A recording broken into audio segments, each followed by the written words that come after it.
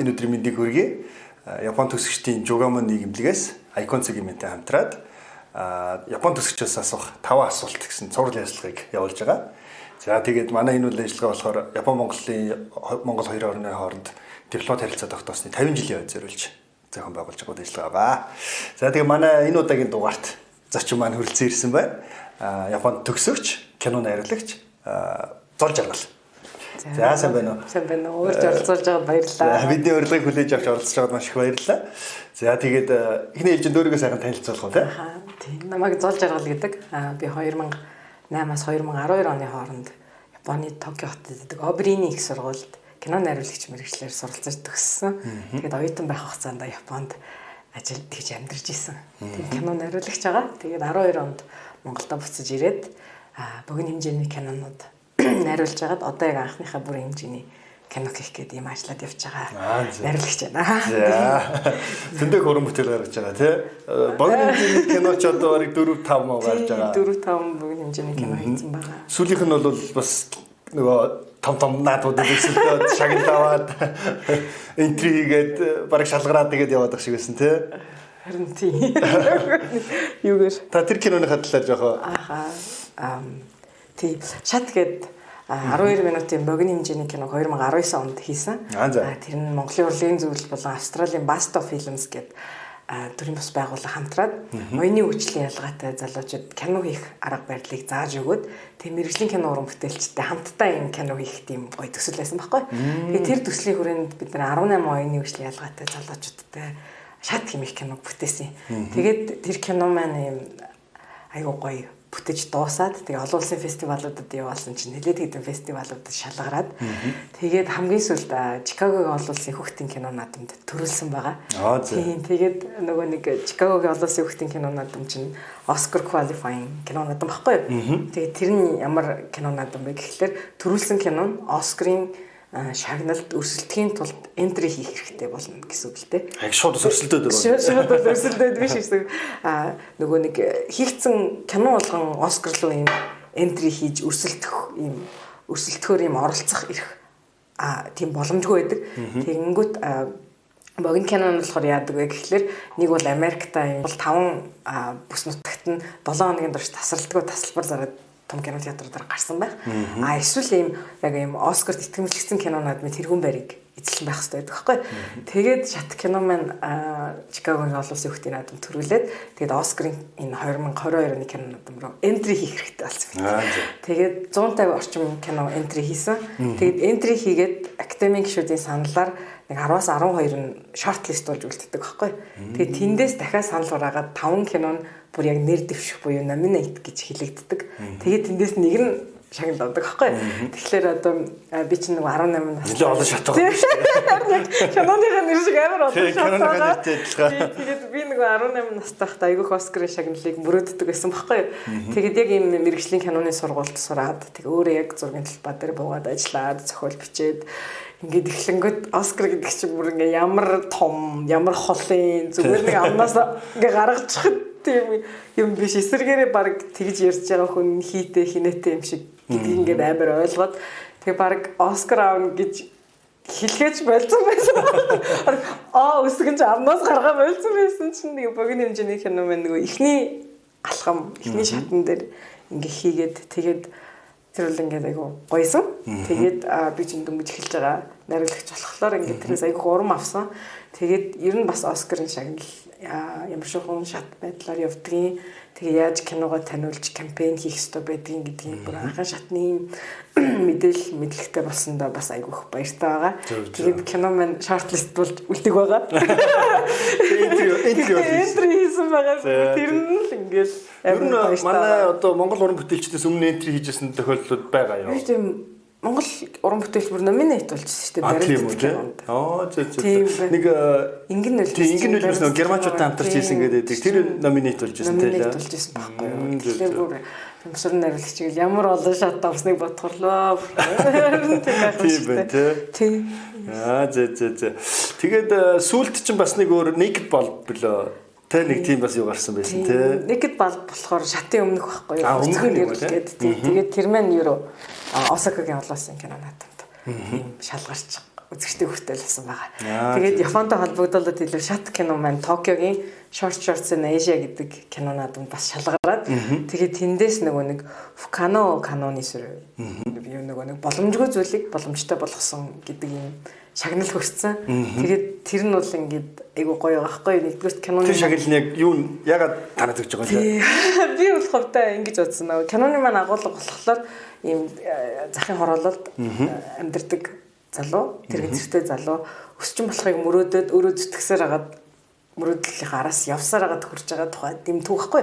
Нэгдүгээр дэм түүхийг өгүүлсэн. Хоёрдугаар одоо яг ийм 18 оюуны хөгжлийн ялгаатай залуучуудыг нэг баг болгоод тэгээд тэднийг эдээ яг л мэрэгжлийн уран бүтээлч чинь ийм бүүн бариад тэ эсвэл ингээ холбоо шиг чинь начмал сайхан зохиод ингээд ажил чадна гэдэгт итгээд ажилласан чинь угаасаа чадах байхгүй юу. Тэгэхээр хүмүүсийн хувьд л тэр ингээ амар боломжгүй зүйл шиг харагдаж байгаа боловч тэр чинь бүрэн боломжтой зүйлийг ингээ биелүүлсэн учраас тэр шагналыг авсан баг гэж аяа бодож байгаа. Тэгээд тэр бол ингээд амар гоё шагнал. Ягаад гэвэл манай болсон л ингээд кино хийгээд явахад бүх зүйл боломжтой бол байдаггүй. Тэгэхээр ингээд боломжгүй зүйлийг боломжтой болгосон шүү гэдэг шагнал авчихсан айгу урам ороод тэгээд одоо яг ийм анхныхаа бүрэн хэмжээний 90 минутын кино хийх гээд одоо ингээд ажиллаад явж байгаа. Баг болгосон гэдэг тий. Швейцарын хөгжлийн агентлагийн дэмжлэгтэйгээр хамтраад Лонтон төхөө төрийн бас байгууллага болон өөр одоо Hypay гэх мэт спонсорууд байгууллагууд тийм тэгээ бас олон нийтээс зөндөө хандив кинонд маань нийлгээгээд тэгээд одоо яг анхны бүрийн хэмжээний кино хийх явж байгаа. Энэ юу нэгсэн те хуваарь гэх шиг болсон те зураг авалтын ягаар болсон зураг авалт дууссан систем үү тахгүй. Тэгэхээр одоо ерөөхдөө 75% зураг авалтаа хийцэн. Одоо 25% хийх гээд тэгээд дахиад жоохон санхүү агаад. Тэгээд байж байгаа. Тэгээ одоо 3 сарын голоор 96-нд орчих واخ. Тэгээл ер нь ингээл алхамаар 6 явж гисэн авчий гэж бодвол тэгвэл яг мөнгөтэй болох ойлгоос бол яг ингээл өдөржин гэж ойлоо суугаад хизэж эхлэхгүй юм шиг байна болохоор зүгээр л яг тэн дээр бол яг ингээд Монгол хүн шиг юм шууд зөрөгтэй дайрцсан байгаа. За юу байгаа манай ярилцлага ерөнхийдөө нөгөө сая хэлсэн те 5 асуулт байна гэж байгаа. За тэгээд ингээд үндсэн 5 асуулт бүх оролцогчоос асууад явж байгаа юм байна. Тэгээд хүн бол өөрийнхөө өнцгөр өөрийнхөө одоо туршлагаас те үнслээр хариулж таарах баг. Тэгээд за хамгийн ихний асуулт. За Япон төгсөөд Монголд хөл тамхигч бодсон хамгийн анхны бодол юу байсан бэ? Би нөгөө их сургуулиуд төгсөнгөтэй шууд Монгол руугаа буцаж ирэхээр шийдсэн. Мэдээж үлдэж ажиллах аюу болон боломжууд байсан. Бас тэгээд гэхдээ нөгөө нэг яг тэр үед миний бичиж байгаа зохиолууд ч юм уу миний хиймээр байгаа кинонууд ингээд толгойд орж ирж байгаа бүх түүхүүд дандаа л Монголд өрнөжсэн. Дандаа монгол хүний түүх байсан. Тэгэл монгол юм байсан болохоор Монголд л ирэх гэд бодоод хүрээд ирсэн. Гэхдээ 4 жил би бүр яг нэгэнд зорж явсных гээд Японы соёл маял бүх юмд ингээд аюу суралцаад айгу орсон байсан байхгүй. Тэгээд яг Монгол сайныг айгу сайн мэднэ. Саарыг бас айгу сайн мэдэх болохоор. Тэгээд ирчээд болсон анхны бодол бол яг ингээд Монголд байгаа юм шиг мөртлөө ингээд яг Япон хүн шиг байхгүй шүү. Японоос яг сурсан сайн зүйлсээ ингээд авна. Бас Монгол зөхгүй зүйлс юм гэн шүү гэж айгүйх бодсон байхгүй. Тэрний шалтгаан нөгөө нэг яг эргэж ирээд нөгөө эсрэг соёлын шок болдог штэ. Тэр бол амар хүчтэй байсан байхгүй надад. Би дэлгүүрт ороод юм худалдаад авахд өөдөөс бараа шидлэхэд л бүр ингээд гайхаад мөнгө төрж байгаа үстэй. Юу бодоод байна? Яагаад те ингэж байгаа ингээд эсрэгээр нөгөө нэг өмнө нь 18 жил Монголд амьдарч байгаагүй юм шиг 4 жилийн хугацаанд тэр айгүй гоё харилцаа ингээд үйлчлэгээ бүх Японы гоё юмд аюу юм дасцсан. Тэгээд тийм гоё юм байдгийг мэдсэн хүн чинь тэрийг аюу их нэхэд байдаг гэсэн аахгүй. Тэгэл ингээл Монголд автобусан сууж байгаа чинь ингээл уртлын санд мандалд хүмүүс ингээл утсаар бүх амьдралаа ярьдаг шүү дээ. Гэл баг автобус дотор бүх хүн юу болоод байгааг нь мэдхээр тэгэнгүүт чинь Япон чинь метрон дотор ярихыг ч хоригддаг. Жаахан чангийн нэг бүтэл хүмүүс ингээл хараад. Тэгэл айдтай угаасаа нэг тийм аюу их дүрмтэй. Тэгэнгүүт Монголд болохоор ингээд ирэнгүүт ирчээд би бас яг ингээл энэ их яагаад ингээд хамаг амьдралаа ярьж ин тэ ёо гэж харсан байхгүй. Тэгснэ хөө чи яг амар Япон хүн болцсон байна. Зогс. Үгүй эн чинь чиний 18 жил амьдарсан газар. Тэгээд яг автобусанд хүмүүс ингэж чанга ярьдаг, бүх юмаа ярьдаг. Энэ бол Монгол тэ. Тэгтээ одоо жишээлбэл намайг хөлгөнд байхад дандаа судал тавьж өгдөг байсан байхгүй юу? Энэ бол бас Японы метронд айгүй ховор болох зүйл байхгүй. Тэгэхээр ингээд Монголд сайн зүйлж байгаа, саарзуулж байгаа. Тэр болгон дээр Японоос ч гэсэн сайн зүйл байгаа, саар зүйл байгаа. Тэгэхээр ингээд сайн саарыг аваад айгүй гоё юм хармонийг нь олоод зохицуулаад явна шүү. Тэгэхгүй бол яг тун удахгүй жил болоод буцаад явж байгаа. Тийм тисхийн аргагүй нөгөө нэг юм соёлын харилцааны ялгаа ингээд үүссэн байсан. Тэгэхээр энэ дээр нөө гэж өөртөө айгүйх батчихсан тийм. Тэгээд тэндээс ингээд яг гоё сурсан сайхан зүйлсээ авч үлдээд Монголтойгоо айгүй гоё зохицлын тааруулаад тэгээ гоё Монгол кинонууд хэлэм шүү гэж бодож ирж исэн. Тэгээд 12 онд намайг төгсөд Монгол руу ирж хат манай багш за чамтай нэг 5 жилийн дараа л уулзах гэл. Тэгэхгүй феста харил 2-3 жил кино игээд буцаад Токио кино надад чи хүрэн дээр нэг л бодож исэн чинь яг ингэ Монголд ирж ирээд буцаад Токио явах нь дахиад 5 жилийн дараа байсан. Тэр нь яг юм Талент Токио гэдэг Аз залуу найруулагч зориулсан сургалттай уралдаан байсан байхгүй. Тэгээ тэрэн рүү яг баага болгосон төслөө авч яваад тэгээ тэр уралдаанд төрүүлж исэн. Тэгээд тэгэхэд багштай уулзж яхад сайн байна. Тэгээд киногоо хийгээд аваад ирээрээ дахиад нэг 5 жилийн дараа болов уу гэсэн. Үгүй багш надад жоохон багсгаад гэж байсан чинь одоо яг үнэхээр 5 жилийн дараа л яг киноныхаа зураг авалт руу ороод ингэ. Багш л тэгэхээр тэрийг өстэй амар мэдчихээн дээ. Харин яг амар багш. Харин багш байна дээ. Багш юм байна. Тэгээд сая уул нь яг Осакаро нүцгэн гэрлээ аваад явчихаар байсан чинь яг корона тараад тэг явж чадаагүй уул нь яг үгүй багш би 3 жил дэрчлээ. Уул нь жоохон төрөвчлүүлсэн шүү дээ. За. Эхний асуулт юм. За, дараагийн асуулт байгаа. Японд суралцах явцдаа өөртөө суулгасан гол зарчим юу вэ? Суралцах явцдаа. Суралцах явцдаа гол зарчим бол ажил дээр ажил хийн. Амарж байгаа үед амарна, зугаацж байгаа үедээ зугаацна. Гэх юм уу нөгөө нэг юм болгоны мэри харийг тааруулах. Тэгэхгүй те одоо ингээд ажил хийж явахдаа ангалцахгүй. Ууж явахдаа бүр ингээд депрэл ингээд ажил нэх ярах айгүй онцгүй. Гэдгийг би бусад салбар яадгийг сайн мэдэхгүй л да. Гэхдээ Японд бол ингээд кино зураг авалтан дээр бол бүгд ингээд сериосны ингээд ажил хийж байгаа байхгүй юу? Тэнд ерөөсөө кино хийж тоглож байгаа юм нэг ч байхгүй. Бүгд яг кино зураг авалт хийж байгаа, ажил хийж байгаа. Тэгэхээр ингээд бүгд хариуцлагатай амар гоё ажиллаа гэж дуусчих. Тэгэнгүүт ажлын цаг дууслаа бүгд явж уунштай.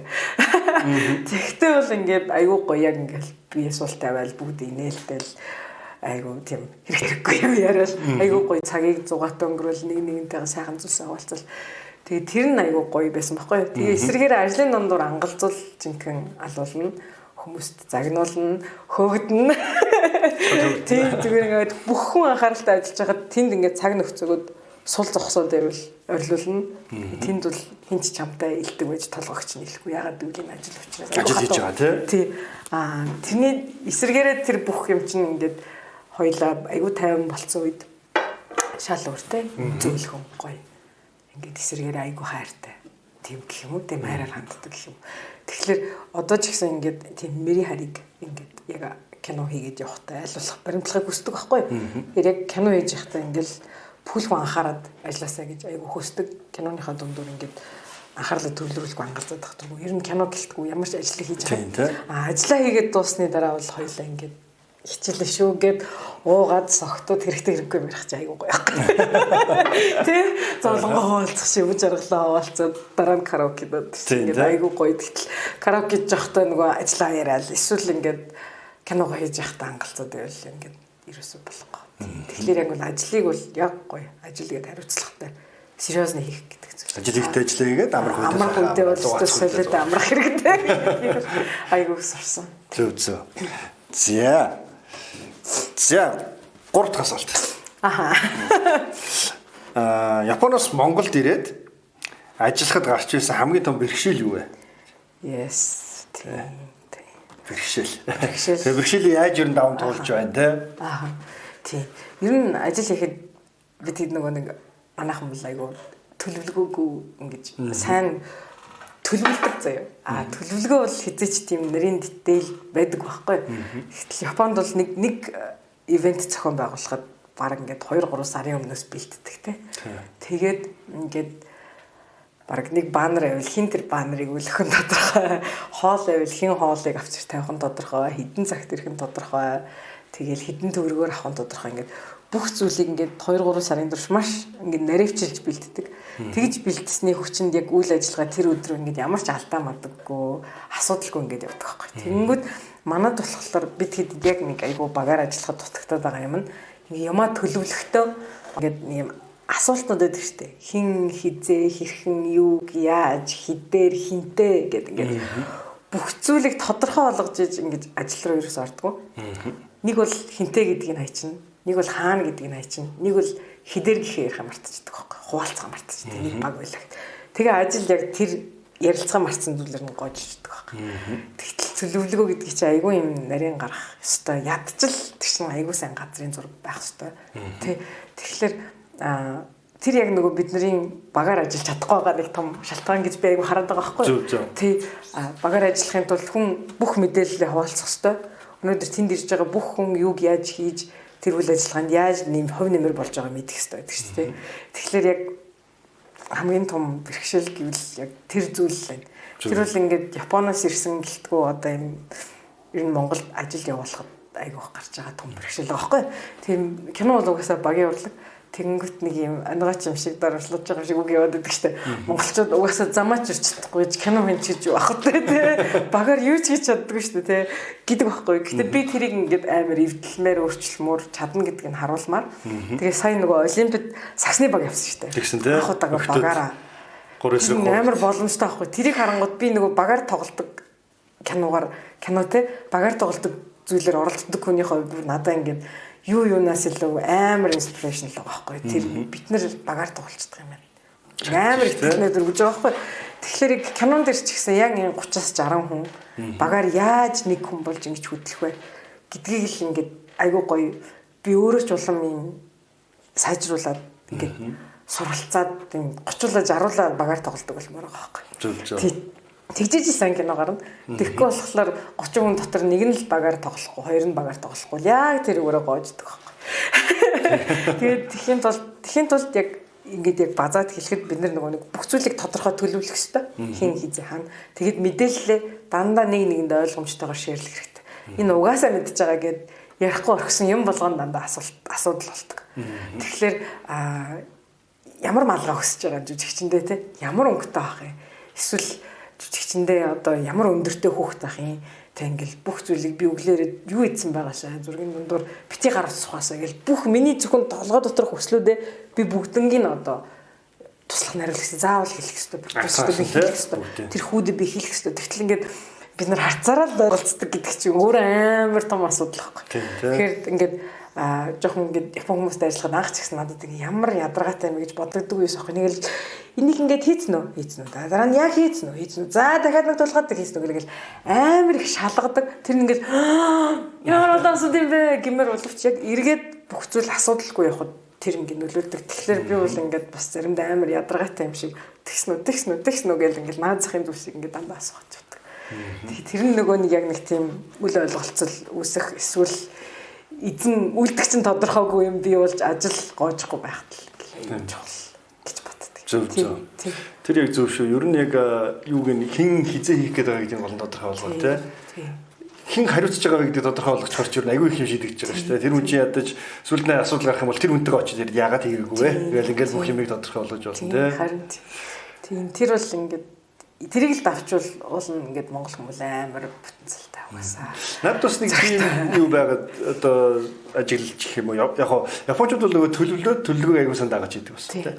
Монголчууд ч болохоор төлөвлөхгүй байсан ч гэсэн тухайд бас учрыг олж яг зарим юмн дээр те жижиг ялангуяа жижиг юмн дээр бол тухайд учрыг олоод аргалаад ингээд аваад гарч чаддаг нэг тийм гинтийн асуудал гарч ирэхэд тэрэнд паниктэлгүйгээр тэрийг зохицуулж чаддаг тийм хүч чадвар монголчууд арай илүү байгаад байгаа юм санагдав. Тэр бол гадаадтай ажиллаж байгаа тохиолдолд айгүй чухал байхгүй юу? Монголчууд бүгдээрээ ингээд ямар нэгэн асуудал гарахад тэрийг ингээд айгүй айтайхан эргэжлээдэ гэж бодож байгаа боловч тэр чинь яг үнэндээ ингээд ажлыг аргалж байгаа байхгүй юу? Тэгэхээр чинь хизээч нэгдүгээр номер юм болохгүй, хизээч профешнл болохгүй. Тэ багаараа штэ. За яг би жуда барилдаад байгаа тийм бид нэр бокс хийгээд байгаа. Гэхдээ бид нар багаараа юу хийж байгаа гэх тэгэнгүүт нөө тийм 30 цагийн тулгаж юм хийгээд байвал эцсийн final product ингээл аргалсан. Тэгэхээр нэг юм асуудал байгаа байхгүй. Юм дуусгах гэдэг нэг асуудал. Сайн юм дуусгах гэдэг чинь шал ондоо асуудал. 10 кино хийчихвэл болно. Аруулаа яах вэ? Сокко юм бол. Гэтэ яг 10 кино хийсэн. Амарлаг. Сайн юм дуусгах гэдэг чинь шал өөр асуудал. Тэгэхээр яг бид нар ингээд цагийн тулгаж ороод юм дуусгадаг баг. Гэхдээ тэндээс чинь яг сайн юм дуусч юм бол гэдэг дандаа асуудал тий. Тэрийг бас харж байгаа гэдэг тий. Тэгэл тэр бол ингээд дандаа л хөөхний асуудал байхгүй юу? Яг ингээд миний бодлоор л хүмүүс сайн кино хийх хэрэгтэй байдаг шиг муу кино хийх хэрэгтэй. Тэр бол дандаа л хүмүүсийн өөрсдийн сонголтын асуудал. Тэгэхээр өөрөө тийм сонгоод явж байгаа хүн хохирохгүй юуг хийнү тэр хүмүүсийн л асуудал шүү дээ. Бас тийм дээ. Тэгэхээр нэг тийм тэгж боддог. За дөрөв дахь асуулт. За Япон төгсөгчид Монголдо ашиглаж чадахгүй байгаа боломж нь юу вэ? Япон төгсөлч нэг янз янзын чанарууд бас нэг арай зарим нэг чанар арай илүү зарим нэг чанар арай дутуу өтер суучаад байна шүү дээ. Тэрнээсээ хамаарад ер нь ямар хуу ялгаа гарч байна. Тэр нь ямар боломж байж болох юм. Яг нь Япон төгсөн янз янз хүмүүс байдаг ах л та. Гэхдээ дийлэнх нь яг одоо яг байдаг юм гэвэл одоо амлалтаа биелүүлдэг. Худлаа ярихгүй ингээд амлалтаа биелүүлэхгүй бол ясна хавталцдаг ч юм уу те ингээд юмаа ингээд юм хийж чаддаг хүн байхгүй тэгээд ингээд жоохон тултал хийж чаддаг болсон. Тэр бол ингээд Японд төгсөгчдийн ингээд айгүй гоё. Тэгээд дээрэс нь ёс зүйтэй хийх гэдэг те. Дийлэнх нь тийм гэж бодож байгаа мэдээж тийм шнага. Тэгэнгүүт одоо суултал юу байна гингүүт заримдаа тийм нэг даруухан зан хитрхи даруухан болцдог байхгүй. Тэгээд хитрхи даруухан хитрхи өөрийгөө харагшин татчихдаг. Нөгөө тэр нэг зан айгүй суучихсан байдаг болохоор тэр нь Монголд юусоо цогт хитрхи сериосны хитрхи даруухан тэгэл ингээл наадсах би ингээд хүнтэй зүй ёсоор ингээд аяахан зүйлхэн харилцаад хариуцлага нэхэд ингээд явангууд ажил ерөөсөө сайн хийхгүй байх мах одоо энэ угаасаа ийм зөөлх юм байна гэж мэрүүлчих ч юм уу те ашиглуулчих ч юм уу те эсэргээрээ би бол хүний ёсоор л харилцаад байгаа байхгүй тэр хүн рүү хашгичих шиг болно амарх юм байхгүй те тэр хүнд одоо ингээл яг ингээл дарга нарах шиг дээрлгээл чи яг ингээд ах шиг амарх юм бол хааж авахгүй. Тэнгүүд яг ингээд айгүй гоё даруухан ивэр илтгэр байгаад ангот ингээд сул дорой юм шиг харагдаад явцдаг. Тэгээд яг дийлэнхт нь ингээд яг ийм имерхүү зүйл айгүй харагдаад ах шиг болдог байхгүй. Тэгэхээр яг энэ бол Японд айгүй гоё чанар. Угаасаа Японд тийм сак өнгөрснөө юм хийж чаддаг хүн бол ингээд хүний ад болдог шнэ. Бүгд ерөнхийдөө бүгд найзлахаа гэл ингээл тийм болчтой. Хүн төмний нэг байхтай айгүй хэцүүлчдэг. Энд эсрэгээрээ тийм байгаад байвал бас айгүй хэцүүлчдэг. Тэгэхээр би бол Японд төгсөжтэй Монголд жоохон илүү зөрөгтэй байгаад илүү чаддаг юм итгэлтэй ярьдаг хийдэг байгаасаа гэж хүсдэг нь би өөрийгөө ч бас оруулаад. Өөрөө сурцсан юм биш. Тэгээд энэ амар төв Japanese суудсан юм байна. Монгол зөхгүй байна да гэж мэдэрдэг юм тэр ахгүй. Хитрхи ястуутай байх гэж хичээгээд байдаг. Одоо жишээлбэл зургийн талбай ашигласан бол би заавал угааж арчиж өгч гарахыг хүсдэг. Багаасаа жорлон заван хэрэглээд би баг руу амар ууралдаг. Хүний юм би гуйж ашиглаж яхад жорлонг нь яагаад юм заван хэрэглэж байгаа. Ийм байж болохгүй гал угаад цэвэрлэл гардаг те. Тэгэл хүний гэрт ийм юм наагаал обоо уурсан бол би тэрийг заавал төлж өгөх ёстой. Тэ. Гих мэтчлэн ингээд ийм гээд амьдрал айгу урт шүү дээ. Японочд тэрийг ингээд угаасаа урд насдаг байна. Ахад нөгөөдгөө таардаг байхгүй юу? Амьдрал айгу урт. Тэгэхээр ингээд амьдрал айгу урт тахгүй юу? Тэгэнгүүт ингээд хүн хохироожлохгүй, хүн гомдоожлохгүй гэдэг Японочд айгу хэдэг шүү дээ. Тэгээд нөгөө нэг тэрийг ингээд айгу Монгол баримтлаадынхыг хүсдэг боловч заримдаа тэр нь ингээд шал хэрэггүй ч юм шиг те намайг тэгж сэтгэл гарсан угаасаа хинж анзаарахгүй ч юм уу те. Гэтэ энэ дээр бол өстө бууж их өгсдөг. Хүн бол ёстой байх хэвээр. Хүн хүнийг хохироожлохгүй, хүн хүссэн зүйлээ хийжүүлэхдээ энийг хохироожлохгүй. Тэгэхээр за яг хуу кино зураг ирээд явлаа гэхэд дараа нь киноч амар балер юм бэлээ. Эсвэл айгүй хоншгүй юм бэлээ гэж хэлүүлээс ерөөсө хүсдэг байхгүй юу? Ядчил за яг хуу одоо жишээлбэл зол жаргалын кино бол сет амар гой цэвэрлээд явдаг шүү. Ингээд нэг тийм юмтай баймаар. Тийм. Энэ чинь яг гэвэл хүний юм хэрглэж байгаа. Энэ чинь ингээл цаашдаа амьдрал айгу урт би тэр хүнээс дахиад юм гойж болно. Эсвэл тэр хүн надад дараа нь дахиад тусалж болно те. Ингээл нэг цаг мөчөд улс орноо бүтээж иж нэгэндээ муухай мэдрэмжээрээс үлдээхгүй байхыг айгу хөсдөг. Зөв. За сүүлчийн асуулт. За сүүлчийн асуулт. Гайгүй гялгал хариулт яваад байна. За Япон улсаас Монголд шууд нутагшуулах боломжтой ямар нөө хавыг та санал болгох вэ? Шууд нутагшуулах. Яг Японууд бол янз янз юм хийж штэ их юм чадчих чинь. Гэхдээ зарим нь бол жишээ нь Монголд бол шууд буулгахад бас айгүй хэцүү хол байдаг те бидний ерөнхий нөгөө нүүдэлчин соёлч байд юм уу тиймээс хамаарат юм уу. Танихаар бол за энэ бол шууд буурчих юм шиг байна гэдэг тиймэрхүү юм байна. Юм болгоныг дандаа дахин дабл чек хийх. Тэгээд мэдээллийг ил болгох. Мэдээлэл хуваалцах гэдэг зүйл байхгүй. Тэгээд энэ бол ингээд нутагшаад эхэлсэн юм шиг надад санагдаад байна. Би зүгээр наадзахын жишээ энэ бол нутагш амар боломжтой. Юу вэ гэхээр зарим жорлонгуудад Японд угаасаа Японд дийлэх жорлонгууд оронгууд энэ жорлон тэдний өдрийн тэдэн цагт Сасаки угаасан чек. 17 цагт нь одоо хин ч үдийн те Томоко угаасан. Ингээд чеклээд явчихдаг байхгүй. Тэгэхээр тэр 2 цаг тутамд цэвэрлэгдэж байгаа нэг баталгаатай. Хин ажиллаа Томоко цэвэрлээгүй чеклэгдэг бол хариуцлага Томоко өрнө. Гэдэг шиг тийм зүйл одоо Монголд жишээлбэл ингээд яг гоо цэвэрхэн байлтай кофе шоп тарахаар заримдаа байдаг байхгүй. Тэдэн цагаас тэр дулмаа угаасан. Дорж угаасан. Тэр угаас гэдэг ингээд тэмдэглээс тэгэд энэ ингээд бүх зүйл дээр орж ирэх хэрэгтэй байхгүй. Ингээд юм хин хийх нь тодорхой болж гин, хизээ хийх нь тодорхой болж гин. Тэгээд хийсэн хэсгийг чек хийх болж гин. Хийгээг бол хариуцлага бүлэх тийм юм үүсэж штэ. Тэгэхээр энэ нөгөө нэг яг л мэдээллийг бид нар тодорхой болгож байгаа үйл явдал байхгүй. Хийхэд бол их амархан тийм. Ганцхан хуудасаас бэлдээд л тэгээд яг тэр шиг одоо жишээлбэл энийг ингээд янз янзын байдлаар бүх салбарт буулгаж болох байхгүй. Тэгж санагдаад байгаа. Яг нэг юм ажлын эзэнд нь тохож өгдөг. Тэгээ тэр хүнээсээ хийсэн хэсгийг ингээд шалгаж авдаг. Тэгээ тэр хүний хамгийн гол нь юу хийх нь асар тодорхой байх. Яг л тэр одоо тийм нөө хав байдаг. Дагаад хариуцлага нэмэгдэн дагаад нөгөө сайн үр дүн байх нь шүү дээ. Тийм. Тэгээд нөгөө Япончууд 0 дандаа амар гол зэрэг байдаг. Асуудал нь 0-ын гадар бизнес хүн байхгүй бол бас биш. Тэрийг яг байнга цэвэрлэдэг байхгүй. Тэгэнгүүт хүн чинь ингээд угаасаа муу амтан биш байхгүй юу? Цэвэрхэн 0-д орохороо суугаад амар гоё бизнесах бүрэн чадвартай. Тэгэнгүүт оронгууд дэлб үсэрсэн байвал за гэд юм дээр нэг гიშгэл. Тэгэхээр 2 цаг тутам 0 цэвэрхэн байгаад тэрийг цэвэрлэх хин нэг тодорхой байгаад байвал одоо шин зөндөө болон хүмүүс ч гэсэн өөрсдөө соёлжууд эхлэх байхгүй. Тий. Яг тэр зүгээр амар жижигхэн жорлонгоор л жишээ авч байгаа боловч ингээд аягүй маш олон юм. Тэгээ бид нар чинь юм чектэй юмд аягүй сайн штэ. Хуруу дардаг машинтай бол манайхын чи ирэл ингээд даруулдаг штэ. Тэр шиг юм чекийн юм хийжвэл бас нэг хариуцлагын асуудал манай дандаа дутагддаг байхгүй. Хүн ажиллаа яждаг бол яах вэ? Тэ цагт ирэхгүй яах вэ гэдэг юм те. Тэгэл унтчих чинь тийм байхгүй тэр хуруу дардаг машин чи ингээд бид нар нэг заавал нэг юм дарамтны юм байж ижил яах гэдэг юм. Тэнгүүд тийм нэг юм амар урт хугацааны юм одоо тийж нэг дарамтлж хүмүүс их сургадаг айдсаар хүн хөдлөгдөг байсан үеийн л юм сэтгэлгээний үлдэгдэл юм шиг байгаа. Тэнгүүд ингээд жорлон цэвэрхэн байх. Окей, болцсон те.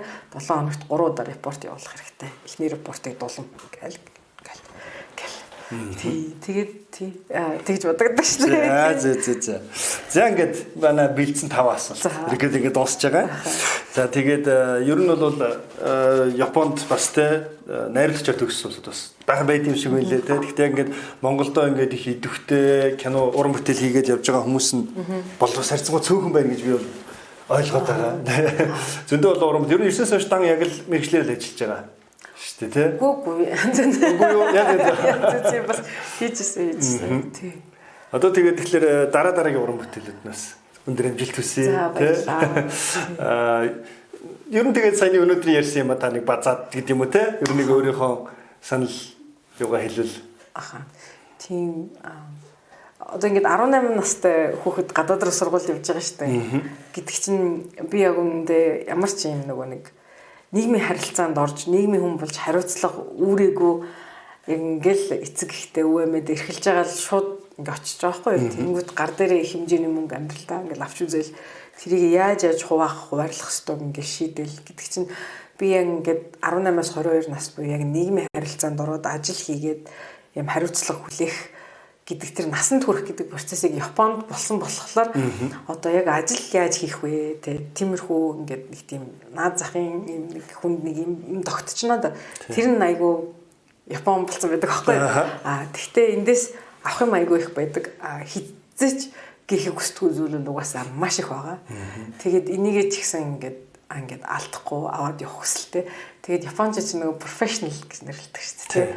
Тэгэл ичирио гэж нэрлэдэг шүү дээ. Гэлтэг шиг би яаж хичээвэл профешнл болох вэ? Ичирио болох вэ?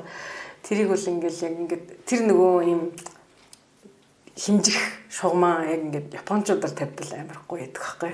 Тэгжиж л би өсөх гээд байгаа. Тэгэхгүй болохоор ингээд яг ингээд соргочийн төвшөнд байгаа орчиндөө ингээд таруулаад яваад байвал ингээд хизээч ичирио болохгүй. Тэгэл яг ч юм ичирио болно гэдэг чинь ингээд амар гоё нэр төрийн асуудал байхгүй. Тэр чинь заавал одоо жишээлбэл Нобель авах тач тий. Заавал юу болох та биш. Зүгээр л амар энгийн зүйлийг хамгийн сайн хийж чаддаг юм болоо. Тэгэл тэр болгон дээр яд гэсэн нэг аярыг хамгийн сайн хийдэг хүн тий. Нэг гюдо хамгийн сайн хийдэг хүн. Тэр нь тэгэл амар гоё бахархал байдаг шиг. Тэгээд тхийн тулд ингээ байнга өөрийгөө зүлэгж идэг японочууд тийм болохоор Японоос урсан гоё зүйлсээ ингээд ерөөсөө гэхийг хүсдэг. Эсэргээр жоохон одоо ингээд айгу дараахан байхгүй Японоос чинь. Би энийг чадахгүй тэрийг чадахгүй гэж начгантал нээждэг шин. Энэ дараахан занг нь бол жоохон болмоор. Тийм бусдаар бол ингээл амьдрал урт хүн гомдохгүй байх хэвээр, өстөд байх хэвээр, хөгийн зан гаргаж болохгүй те гэдэг гэх мэтчлэн амар олон зүйлийг бол ингээл яг л тэрийг л ингээд угаасаа надад яг ингээд нийгмийн уншакайжин болсон үед суусан зүйл учраас ингээд улам өнгөлөл явах ингээд хөөхсдөг. Тэгээ өнөөдөр урьж оролцсонд баярлаа. Тэгээ бидний урилгыг хүлээж авч оролцсонд бас их баярлалаа. Тэгээд бид нар аль болох олон Япон төгсөгчдийг бас Монголын нийгэм таниулаад хийж байгаа ажлыг танилцуулаад одоо жишээ нь манай тэ дараагийн кино баагаа болгосон гэдэг бүрсэг нэг арай гарах болоогүй те. Болоогүй. Одоо зураг авалт байна 70 даваа. Зураг авалт гэхээр бас ахаад гарахаар 23 оны 4 сарын 11 сард. Оо бүр болоогүй юм шүү дээ. Тий одоо энэс дараа эвлүүлнэ. Энд ярах үү те. Нөгөө нэг бидгүй амлж чадахгүй ч гэсэн сайн дуусгахыг айгүй хүсэж байгаа. Тийм. Тэгээд олон кино хийх юм чухал шүү. Тэгээд нэг юм хийж байгаагаа л сайн хийчих юмсан л гэж бодож байгаа. За баярлалаа. Тэгээд сайн кино болох гэж бодож байна. Тэгээд комборимос. За ингээд манай өнөөдрийн ярилцлагад Япон төгсөгч кино найруулагч Зол Жаргал оролцлоо. Танд маш их баярлалаа. Баярлалаа. За баярлалаа.